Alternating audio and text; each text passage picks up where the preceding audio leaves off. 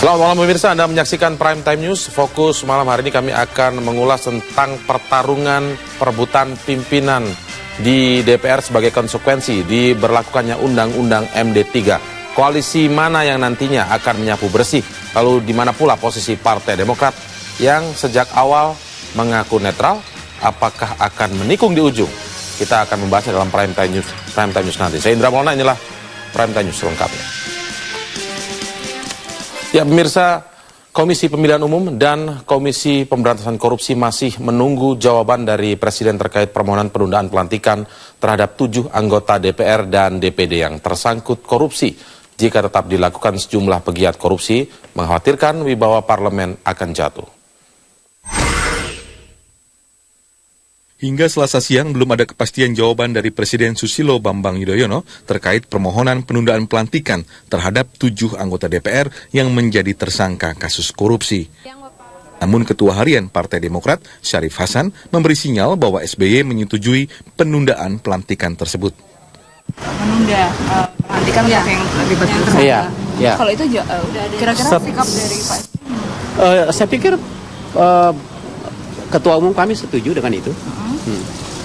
Dan pelantikan. Dan Pak Jerawacik itu sudah mengirim surat untuk setuju untuk tidak dilantik. Komisioner KPU mengatakan surat itu diajukan setelah berkonsultasi dengan KPK. Salah satu alasannya adalah untuk mendukung semangat pemberantasan kasus korupsi sebagai kejahatan luar biasa. Tetapi kami menyampaikan catatan-catatan kepada Presiden. Catatan-catatannya adalah bahwa nama-nama yang kami sebut di dalam surat itu adalah calon anggota terpilih yang diduga terlibat tindak pidana korupsi dan sekarang statusnya sebagai tersangka.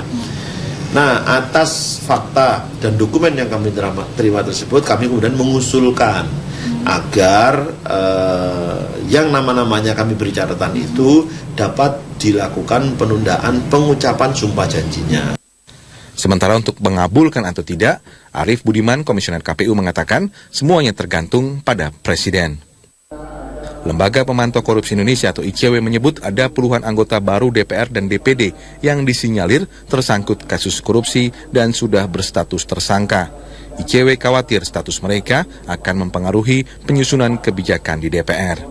Ya memang sudah harus dilakukan ya. Jadi yang namanya seleksi pejabat publik, urusan pejabat publik, ketika ada orang-orang yang kemudian masuk ke ranah tersangka, ada baiknya ditunda. Ya memang tadi mengantisipasi agar tidak diulang-ulang prosesnya, kemudian mencari-cari lagi dan kemudian menghamburkan biaya dan lain sebagainya. Jadi saya rasa itu sah-sah saja. Dari puluhan nama yang tersangkut korupsi, baru 7 nama yang diajukan oleh KPU untuk ditunda pelantikannya. Ketujuhnya berasal dari berbagai partai politik, antara lain Jerawacik, Idam Samawi, Herdian Kusnadi, Iqbal Wibisono, dan Haidir Jafar. Tim Liputan Metro TV.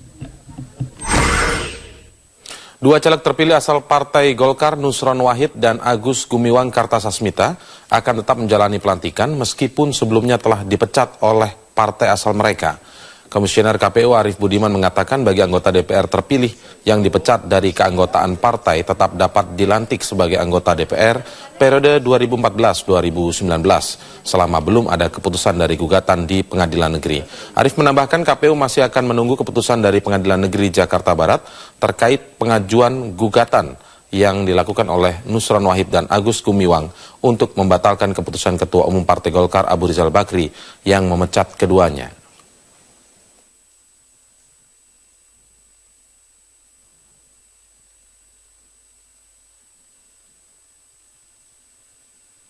Bila mereka oleh partai politik dipecat atau tidak lagi menjadi anggota atau kader dari partai politik tersebut, maka sebagaimana ketentuan undang-undang mereka dinyatakan tidak memenuhi syarat. Ya.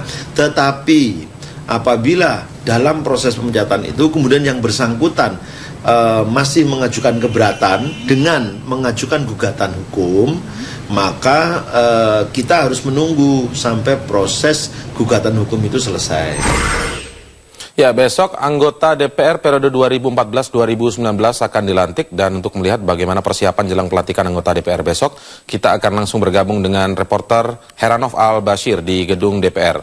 Selamat malam, Heranov. Seperti apa persiapan jelang pelantikan di gedung DPR RI saat ini.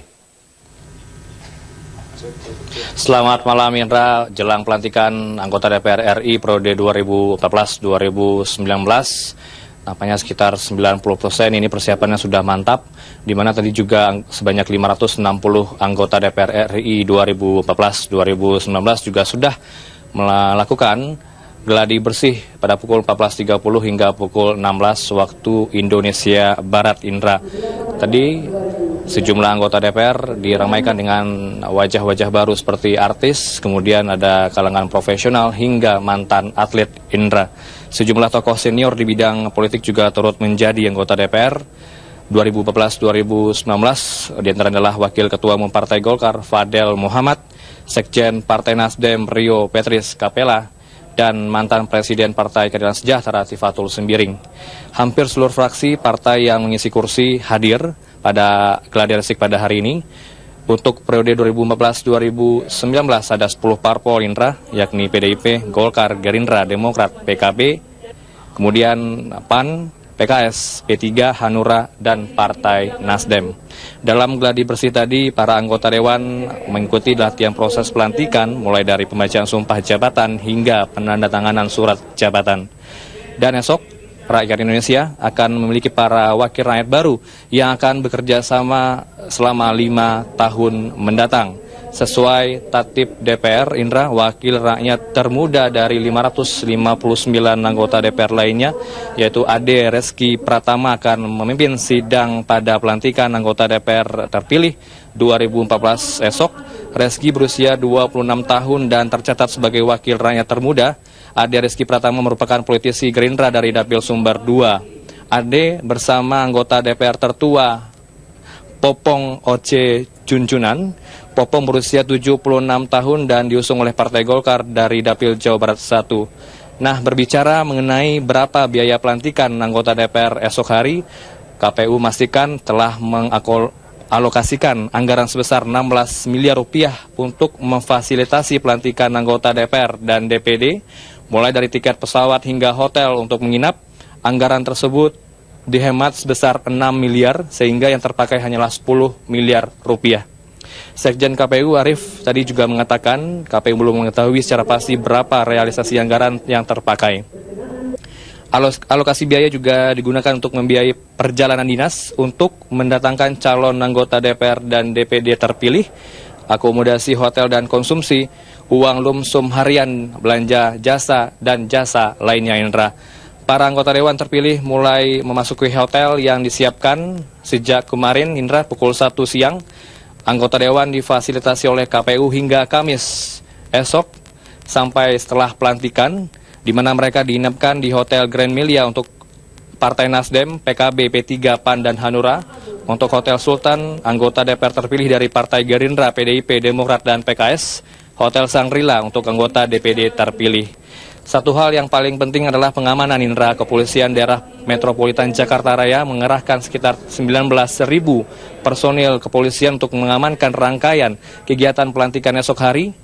Kapolda Metro Jaya Irjen Pol Unggung Cahyono telah memastikan masukan pengamanan sudah disiapkan, pemetaan intelijen termasuk rencana kontingensi. Polda juga mendapat bantuan dari pengamanan dari unsur TNI dan juga Pemda DKI Jakarta. Apakah besok juga ada pengalihan arus lalu lintas? Sifatnya situasional, Indra. Polda menyiapkan rekayasa pengalihan arus lalu lintas mengantisipasi manakala terjadi kemacetan di sekitar gedung DPR.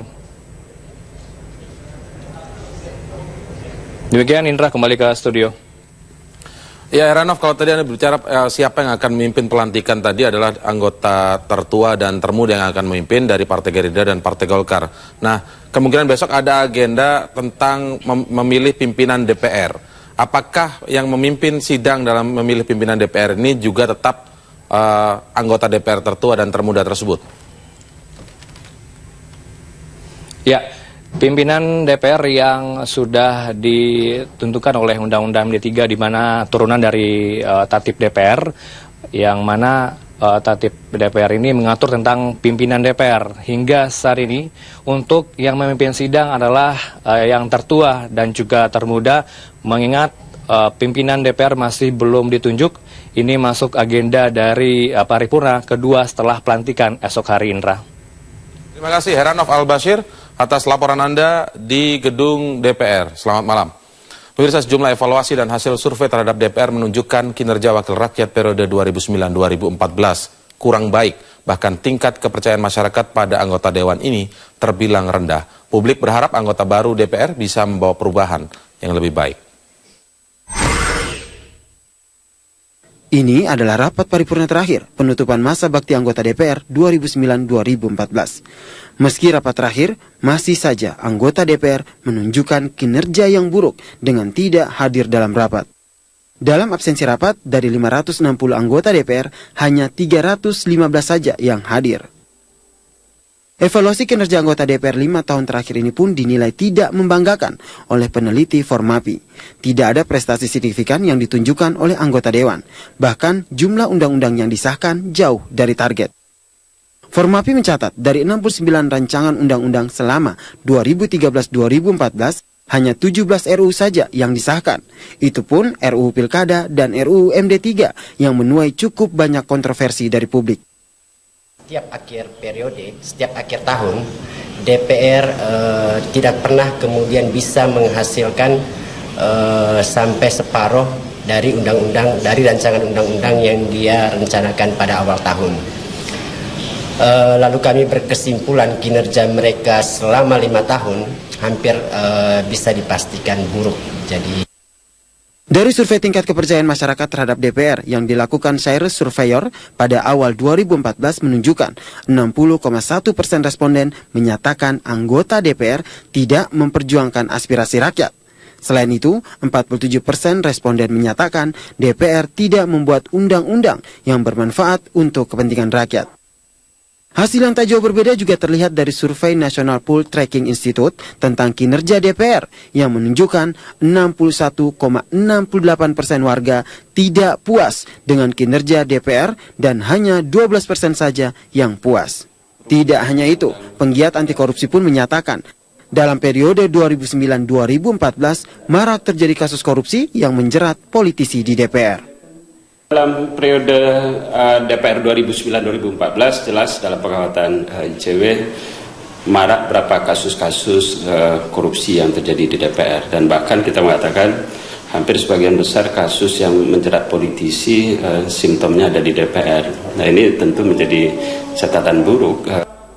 Meski banyak catatan buruk tentang kinerja DPR 2009-2014, publik masih tetap berharap anggota Dewan terpilih periode 2014-2019 yang akan dilantik pada 1 Oktober besok bisa dengan amanah menjalankan Sumpah Wakil Rakyat. Tim Liputan Metro TV. Di segmen selanjutnya kami hadirkan informasi aroma kesepakatan bagi-bagi kursi di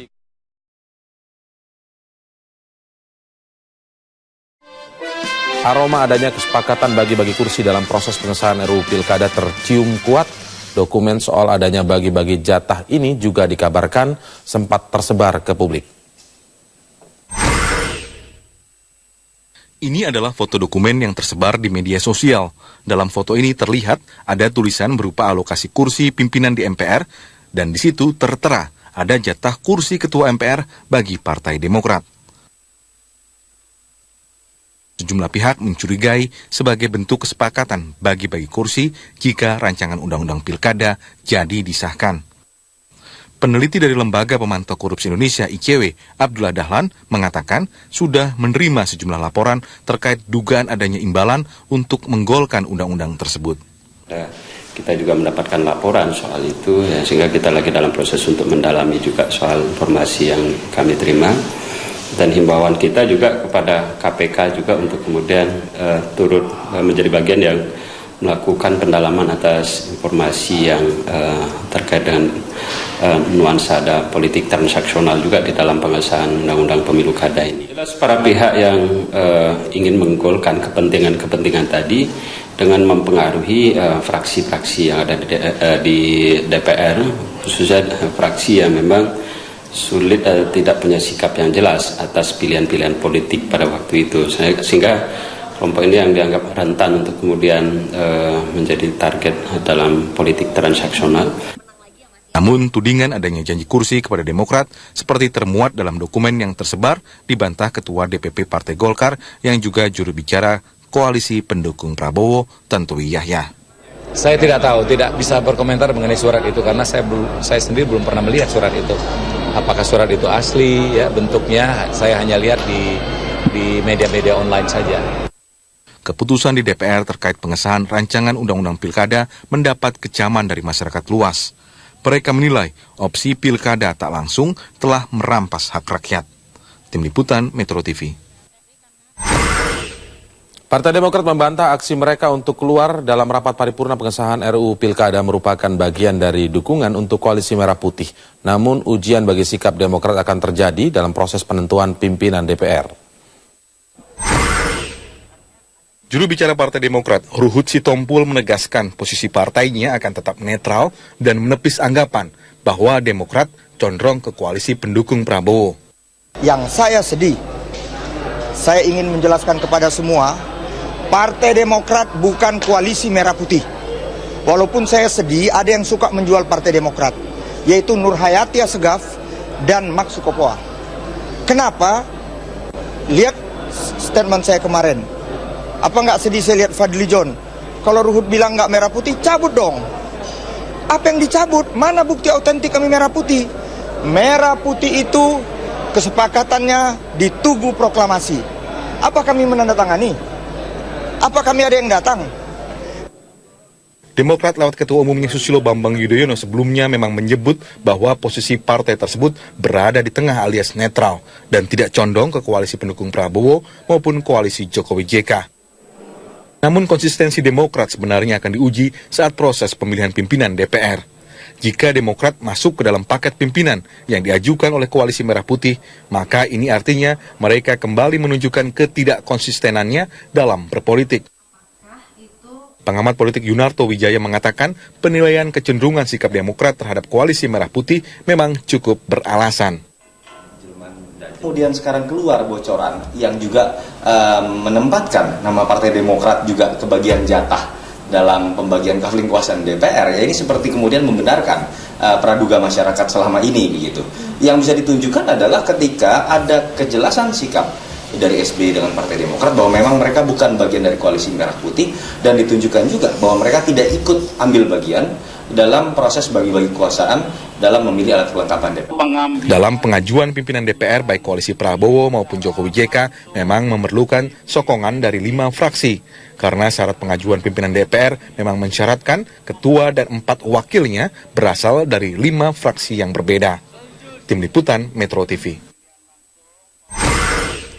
Ya, dalam soal pemilihan pimpinan DPR besok usai pelantikan anggota DPR yang baru, di mana posisi Partai Demokrat yang mengaku sejak awal netral, apakah akan menikung di ujung? Kita akan mengulasnya kali ini dengan pakar komunikasi politik Profesor Cipta Lesmana. Selamat malam. Selamat malam, Mas Indra. Ya. Dan juga ada analis Poltreking Institute Hanta Yuda. Selamat malam, Bang Hanta. Malam. Ada Direktur Lingkar Madani Ray Rangkuti. Selamat malam, Bang Ray. Baik, saya ingin ke Bang Hanta terlebih dahulu untuk melihat atau melihat peta politik dalam pertarungan pemilihan pimpinan DPR besok. Ini seperti masyarakat dihadirkan kembali pertarungan antara Koalisi Indonesia Hebat yang mendukung Jokowi dan Koalisi Merah Putih yang mendukung Prabowo. Ini pertarungan lanjutan sepertinya seperti itu.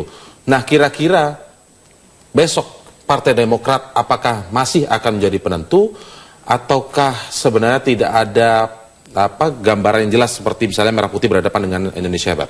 Ya, kita melihatnya begini, peta politiknya sebelum masuk ke Partai Demokrat, komposisinya begini.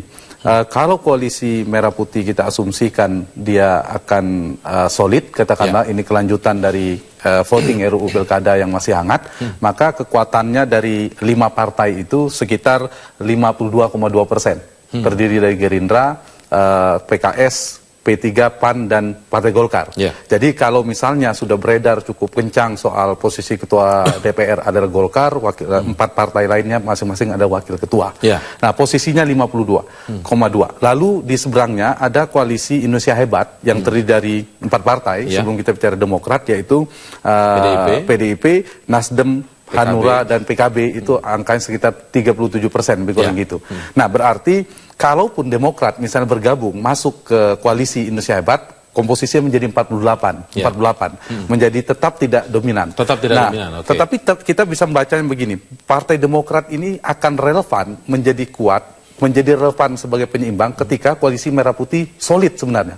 Jadi untuk kasus RUU Pilkada, ketika koalisi Merah Putih menjadi solid, Demokrat diperhitungkan. Ketika koalisi pemerintah itu udah relatif kuat, sebenarnya penyeimbang tidak diperlukan lagi. Tidak relevan lagi bicara untuk penyeimbang. Tapi ketika komposisi politik itu menentukan, sehingga butuh bandul politik yang ditentukan, sehingga Demokrat bisa masuk ke sana. Nah, komposisi besok itu bagaimana Demokrat, pertanyaannya? Pertanyaannya adalah, kalau misalnya koalisi Indonesia Hebat berhasil menarik beberapa nama dari P3 misalnya, beberapa Demokrat bergabung di koalisi Indonesia Hebat 48 sekian persen, ditambah beberapa kursi fraksi P3 misalnya karena sedang ada turbulensi faksinya Romi Hurmuzi misalnya, Roma Hurmuzi misalnya bergabung ke sana, itu mungkin akan imbang. Nah, di situasi seperti ini maka Partai Demokrat menjadi relevan untuk dikatakan sebagai penyeimbang. Nah, pilihan Demokrat sebenarnya dua.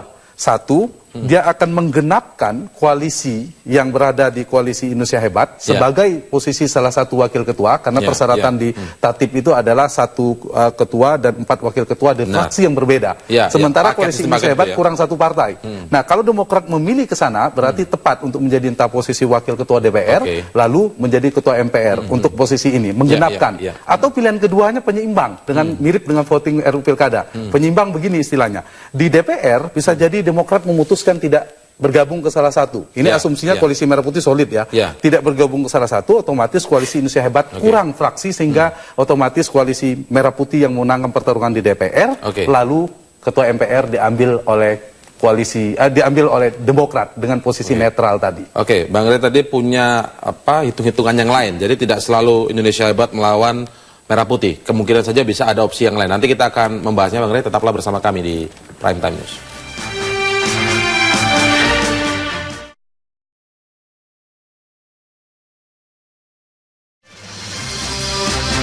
Ya, di tengah diskusi kita tadi tentang bagaimana posisi Partai Demokrat besok ketika ada pertarungan di pemilihan ketua atau pimpinan DPR begitu, ketua dan wakil ketua.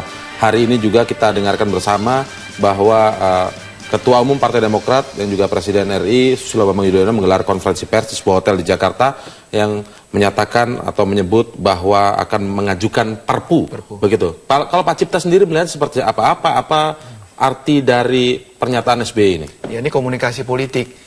Pak SBY itu dari Washington perhatikan betul-betul semua opini, mainstream opini di Indonesia. Dan beliau tahu mainstream itu langsung. Saya kira menurut saya Pak SBY ini merasa sangat bersalah begitu loh. Nah, ini untuk menebus rasa salahnya itu. Memang juga sudah banyak tuntutan. Sudahlah, kalau Pak SBY betul-betul murni, hatinya murni untuk pemilu langsung, keluarkan Perpu, sikat. Nah, rupanya Pak SBY mendengar. Tapi kan ini nanti tetap kembali ke belum tentu. DPR. Ya, Perpu tergantung DPR. DPR yang memiliki kuasa. Dalam tempo 3 bulan bisa ditolak, bisa diterima. Kalau misalnya PMK solid, habis digorok leher Perpu itu selesai.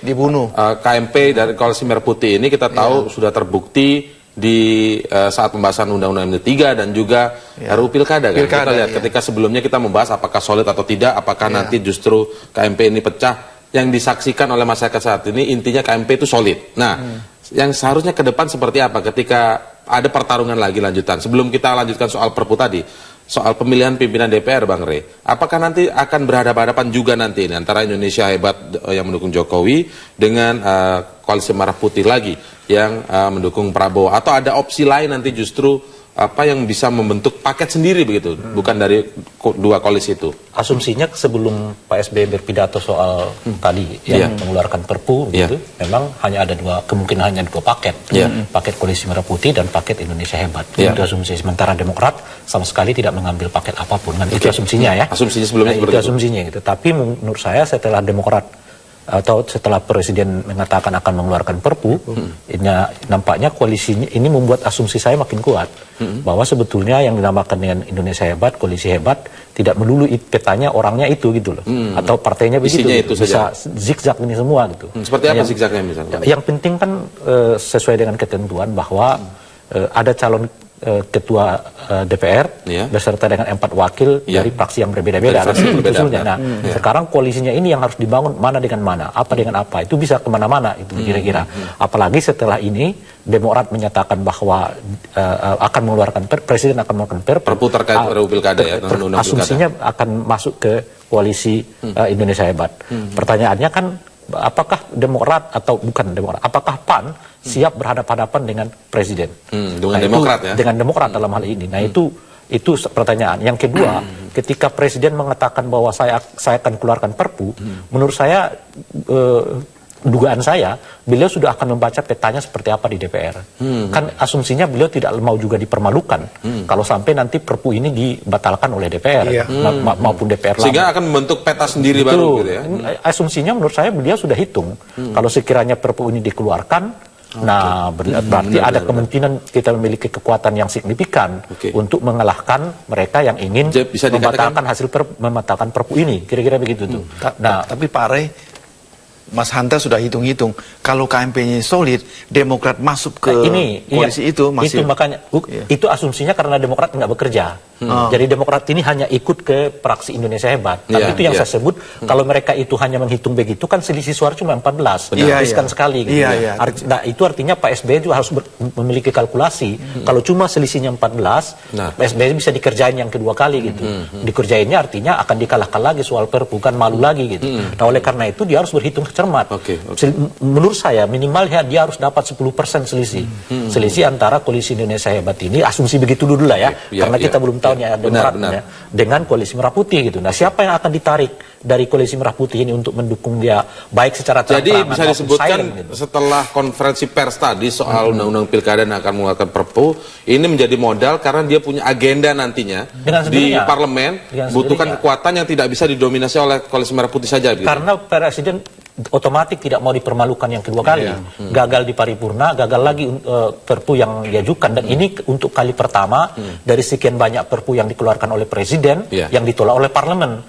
Sangat tidak menyenangkan kan sebenarnya ya. Di ujung kekuasaannya justru Perpu yang dikeluarkan oleh beliau ditolak oleh Presiden. Jadi artinya sudah dicaci maki oleh rakyat gitu, ditolong dengan Perpunya ditolak lagi oleh DPR, jadi malunya dua kali, ke partai-partai malu, ke rakyat ditolak, mengingat kekuatan di parlemennya juga. Saya setuju dengan Bang Rey, hebat. Makanya asumsi saya Presiden terlebih dahulu semacam melakukan konsolidasi, siapa kira-kira yang bisa backup dia kalau dia keluarkan ini Perpu. Pintu masuknya besok saat pemilihan pimpinan. Tentu perlahan-lahan akan kita lihat, sampai kan ini itu 23, dengan asumsi. Ingat Pak Presiden mengatakan dalam 1-2 hari ini kira-kira begitu saya akan langsung kirim naskah Perpunya ke DPR. Jarang itu. Biasanya lambat Presiden. Ini tegas sekali Pak.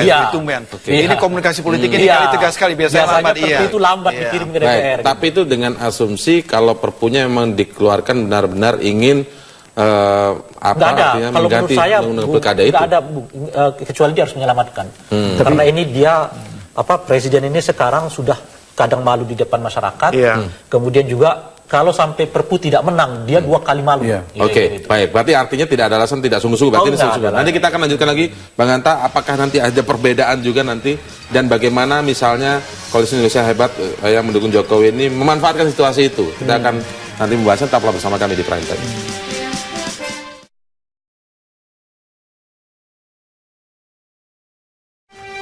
Saya ingin mendengar analisa Bang Hanta sekarang. Kalau disebutkan dengan kondisi, karena ini keterbaruannya ya begitu ya. Susilo Bambang Yudhoyono sebagai Ketua Umum Partai Demokrat menyatakan nanti ketika dia menjadi ketika berstatus presiden itu dia akan mengeluarkan Perpu soal undang pilkada. Bang Rey tadi sudah dengan analisanya. Jadi ini dia punya modal, artinya bukan punya modal, punya pintu masuk untuk mengkonsolidasikan di awal agar nanti Perpu itu benar-benar bisa lolos. Jadi melihatnya dua perspektif yang berbeda. Satu hal adalah ada konstelasi di RUU Pilkada, satu di koalisi dalam konteks jangka panjang terutama dalam pemilihan pimpinan DPR, DPD, DPRD. Nah, MPR. Nah, kalau melihat ini kan selalu Pak SBY mengambil sikap mengambang sebagai penyeimbang yang mengambang dan kadang bimbang sesuai tema kita hari ini kan. Nah ini yang menurut saya justru harus dibedakan. Kalau misal RUU Pilkada, saya setuju. Pak, sudah pasti Pak SBY kalau dibawa ke DPR, Partai Demokrat harus mempertahankan Perpu yang diajukan oleh Pak SBY. Itu otomatis. Tapi konstelasinya berbeda karena sekarang 148 kursi, nanti di DPR yang baru itu tinggal 61 kursi di Partai Demokrat. Sehingga Partai Demokrat pun kalau gabung di Koalisi Indonesia Hebat itu 48%. Artinya kalau dengan asumsi Koalisi Merah Putih ini solid, dengan asumsi pendekatan misalnya bisa tidak mampu mengajak pandai dan sebagainya, tetap kalah. Nah, Demokrat menjadi relevan bergabung ke Koalisi Indonesia Hebat dalam pemilihan DPR MPR ketika Koalisi Indonesia Hebat bisa menarik salah satu kekuatan paling tidak misalnya P3. P3 bisa jadi misalnya punya paket di Koalisi Merah Putih sebagai wakil ketua. Tetapi misalnya negosiasi dan kompromi politik yang dilakukan oleh Koalisi Indonesia Hebat mengajak salah satu faksi sebagai wakil ketua DPR juga. Kan boleh. P3 di kubu sana ada wakil ketua DPR, tetapi juga ada di kubunya PDIP. Sehingga, itu fraksi hanya boleh mengajukan satu saja atau bagaimana sebenarnya? Nah, itu yang akan menjadi kebijakan fraksi. Tidak ada. Yang jelas kan di aturan itu setahu saya adalah dari fraksi yang berbeda. Dari fraksi berbeda. Tidak menyebutkan fraksi berhak mengajukan berapa begitu, tidak? Ya, setahu saya tidak ada. Sehingga kalau misalnya dinamika itu bisa dibawa oleh Koalisi Indonesia Hebat membawa setengah gerbong dari P3 atau apapun ada dinamika yang bisa mengajak suara yang pecah 15 kursi saja, maka P3 menjadi relevan dalam Partai Demokrat sangat relevan ketika bergabung di Koalisi Indonesia Hebat. Tapi ketika Koalisi Merah Putih solid seperti kemarin itu, maka sebenarnya dinamika ketika Demokrat bergabung di sana tidak begitu kuat. Baik, Pak Cipta kan mendalami betul komunikasi politik yang dilakukan oleh SBY sudah sejak lama begitu ya. Nah, sebagai Ketua Umum Partai Demokrat, tentu saja apakah pernyataan tadi dalam konferensi pers itu bisa menjadi tolak ukur bagaimana gambaran besok pertarungan pemilihan pimpinan, ataukah ini nanti seperti kita tahu sebelumnya, Konvers mengatakan mendukung pilkada langsung, ternyata yang terjadi di paripurna ada aksi walkout yang menyebabkan kemudian pilkada langsung itu justru tidak bisa digolkan. Kalau kita lihat kata-katanya dan ekspresi wajah Pak SBY jumpa pers tadi itu kelihatan sekali SBY itu maha serius. Ini kali serius. Bahasanya tegas saya lihat gitu ya. Sedikit agak marah, agak jengkel begitu ya. Jadi saya kira Pak SBY, saya setuju dengan Bang Rey ini, dia terjun all out nih kali. Betul-betul dia akan berjuang ya menggolkan Perpu itu, sekaligus dia akan berjuang juga besok di DPR dan nanti di MPR. Jadi saya kira ini kali kali ini ya. Iya, dari kata-kata itu Pak SBY serius. Demokrat ini kali nggak mau lagi menjadi penyeimbang macam-macam dah lagi. Dia akan all out bermain di sana, bermain di DPR, di MPR. Terutama untuk menggolkan di DPR ini, menggolkan Perpu ya. Saya sependapat kalau enggak SBY ini malu luar biasa. Artinya dia akan menuju kepada bergabung dengan Koalisi Indonesia Hebat atau bagaimana menurut Anda, Pak? Lah, kalau saya lihat sih pasti dia bergabung ke kubu PDIP. Karena seperti yang dikatakan oleh Yusuf Kala, saya tahu persis SBY dari dulu tuh mendukung pemilihan langsung. Itu Yusuf Kala gitu ya. Dan memang SBY ini kan seperti anak dilahirkan oleh orang tua yang namanya pemilihan langsung. SBY ini harus kita akui presiden yang pertama Republik Indonesia yang dipilih one man one vote. Jadi SBY ini sebenarnya bangga sekali. Dia yang pertama dipilih langsung gitu. Makanya SBY akan berkhianat, akan kualat kalau dia mengkhianati orang tuanya yang disebut pemilihan langsung itu. Jadi saya percaya SBY itu sungguh-sungguh sebetulnya ingin pemilihan langsung. Cuman kan dengan 10 syarat, memang harus kita akui Mas Indra, pemilihan langsung itu banyak kelemahan-kelemahannya. Sebetulnya usulan Pak SBY itu atau Demokrat itu bagus sebetulnya. Cuman sudah terlambat begitu loh. Kereta sudah jauh sekali begitu loh ya. Jadi jelas kalau disuruh opsi itu saya yakin Pak SBY opsi sebetulnya adalah pemilihan langsung. Dan dia akan all out gitu. Apalagi dia sudah bilang dia akan keluarkan Perpu dengan kata-kata yang begitu serius sekali. Jadi saya yakin dia akan ke sana. Nah, memang betul dia mesti gaet satu partai lagi yang paling gampang digait adalah partai besanya sendiri, Hatta Rajasa. Menurut saya dia akan bicara dengan Hatta Rajasa. Saya akan ke Bang Rey, nanti kita harus jeda terlebih dahulu, tetaplah bersama kami di Prime Time News.